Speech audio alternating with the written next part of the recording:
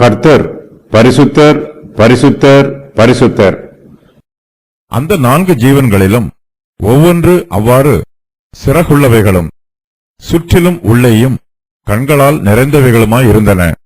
அவைகள் இருந்தவரும் இருக்கிறவரும் வருகிறவருமாகிய சர்வ வல்லமையுள்ள தேவனாகிய கர்த்தர் பரிசுத்தர், பரிசுத்தர், பரிசுத்தர் என்று இரவும் பகலும் ஓய்வில்லாமல் சொல்லிக் கொண்டிருந்தன. மேலும் சிங்காசனத்தின் மேல் வீற்றிருந்து சதா காலங்களிலும் உயிரோடு இருக்கிறவருக்கு அந்த ஜீவன்கள் மகிமையையும் கனத்தையும் ஸ்தோத்திரத்தையும் செலுத்தும்போது அப்போஸ்தலர் யோவான் 4 ஜீவன்களையும் தெளிவாக தரிசிக்கிறார். அந்த 4 ஜீவன்களிலும் ஒவ்வொன்று அவ்வாறு சிறகு உள்ளவைகளாய் இருக்கிறது. அவைகளுக்கு சுற்றிலும் உள்ளேயும் கண்கள் நிறைந்திருக்கிறது. யோவான் 4 ஜீவன்களை தரிசித்த பின்பு அவை கர்த்தரை துதித்து பாடுவதை தன் செவிகளால் கேட்கிறார். இந்த தரிசனம் ஏசாயாவின் தரிசனத்திற்கு ஒப்பாயிருக்கிறது.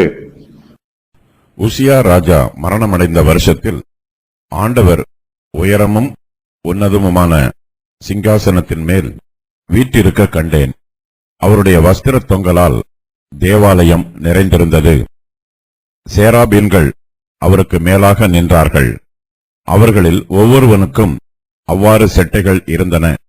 அவனவன் 2 செட்டைகளால் தன் முகத்தை மூடி, 2 செட்டைகளால் தன் கால்களை மூடி, 2 செட்டைகளால் பறந்து ஒருவரை ஒருவர் நோக்கி, சேனைகளின் கர்த்தர் பரிசுத்தர், பரிசுத்தர், பரிசுத்தர், பூமி அனைத்தும் அவருடைய மகிமையால் நிறைந்திருக்கிறது என்று கூப்பிட்டுச் சொன்னார்கள்.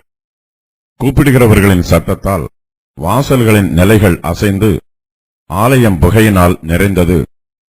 அப்பொழுது நான், ஐயோ அதமானேன், நான் அசுத்த உதடுகளுள்ள மனுஷன், அசுத்த உதடுகளுள்ள ஜனங்களின் நடுவில் வாசமாயிருக்கிறவன், சேனைகளின் கர்த்தராகிய ராஜாவை என் கண்கள் கண்டதே என்றேன்.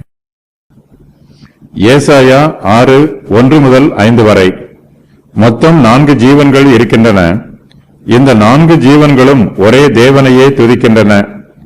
அவர் சர்வ வல்லமையுள்ள தேவனாகிய கர்த்தர்.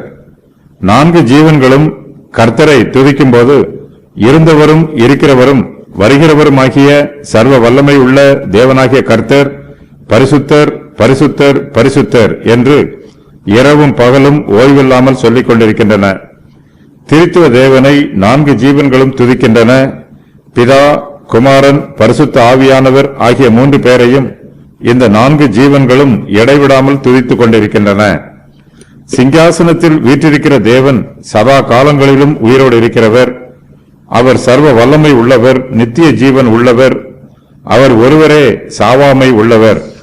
சர்வ வல்லமை உள்ள தேவனுக்கு 4 ஜீவன்களும் மகிமையும் கனத்தையும் ஸ்தோத்திரத்தையும் செலுத்தி இரவும் பகலும் ஓய்வில்லாமல் துதிக்கின்றன.